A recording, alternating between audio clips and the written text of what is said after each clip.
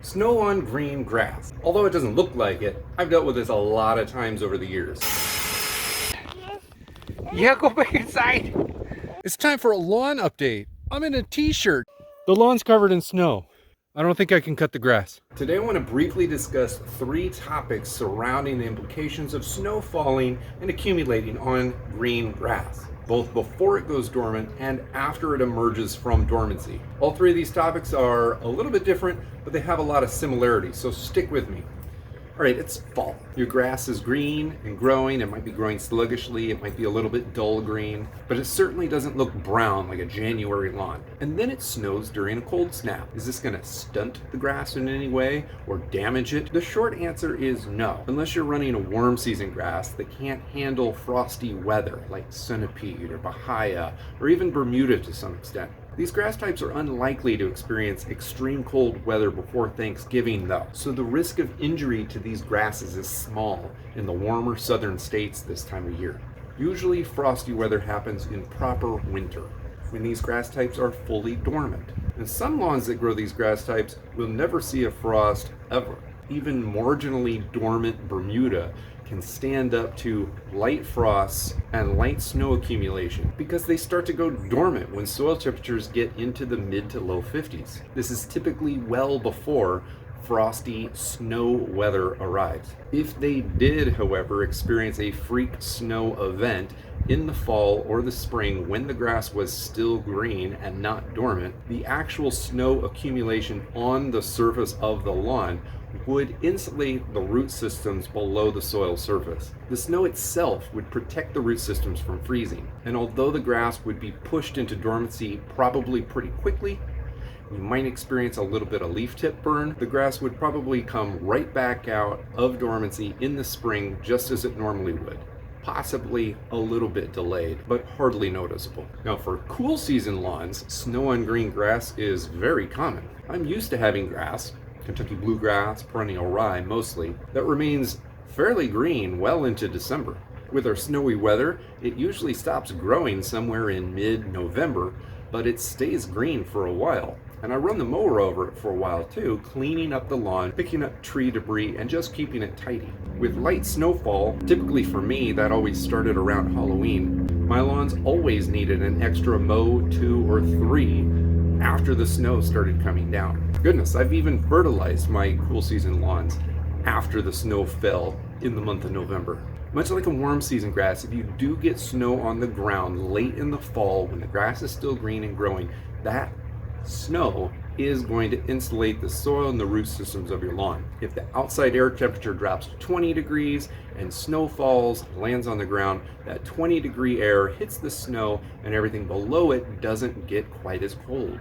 Additionally, the snow sitting on the leaf blades is going to protect the leaf blades themselves from dry, cold winds. So if you're getting really cold outside, but snow isn't coming down, having a little bit of snow on the leaf blades is actually going to prevent or at least slow down the desiccation of the grass blades themselves. All of this is to say that the snow actually helps your cool season lawn be more resilient. It's going to look better the next day after all of that snow melts off.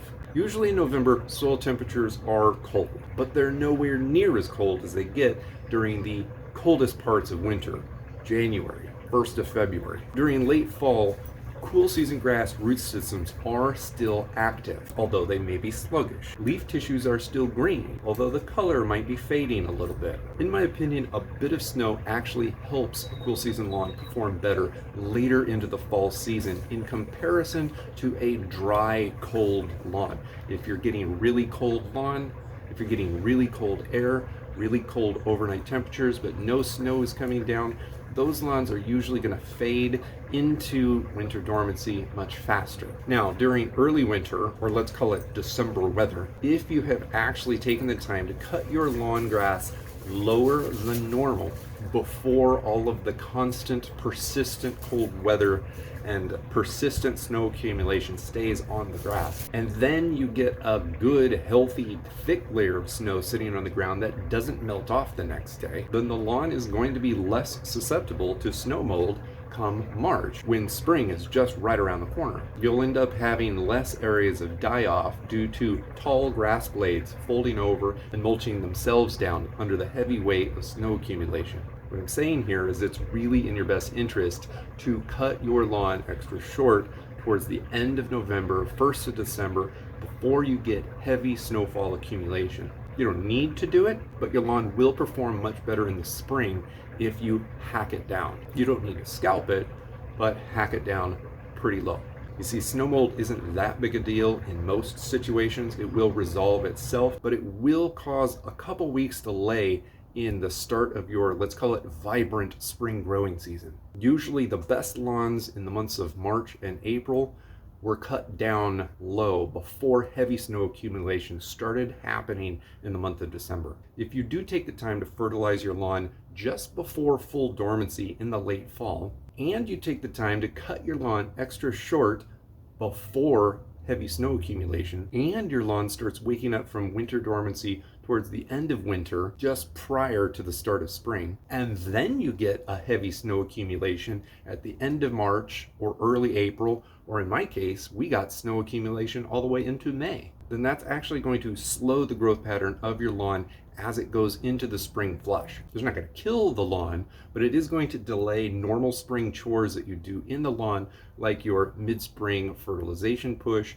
and your pre-emergent applications. But because sunlight duration and intensity is so much greater during the end of winter and the first parts of spring than it is at the end of fall, your lawn is not going to experience any long-term detriment to snow falling on green grass, let's call it in the month of April. Unless you get a serious cold snap after a warm season grass has emerged from dormancy, started growing and greening up, I wouldn't consider snow on the ground on a green lawn to be a problem. If you happen to be watching this video in the early spring, then make sure to see the spring lawn care videos that I've linked to down in the description. But for those of you watching this in the fall, I urge you to take a look at my winter or my December lawn care plan guide information right up here in the corner. These days, I live in a 12-month growing season in Southern California. Rules for areas like this differ enormously. Winter lawn care videos for grasses that don't go dormant will be coming out soon, and they'll also be linked in the description below.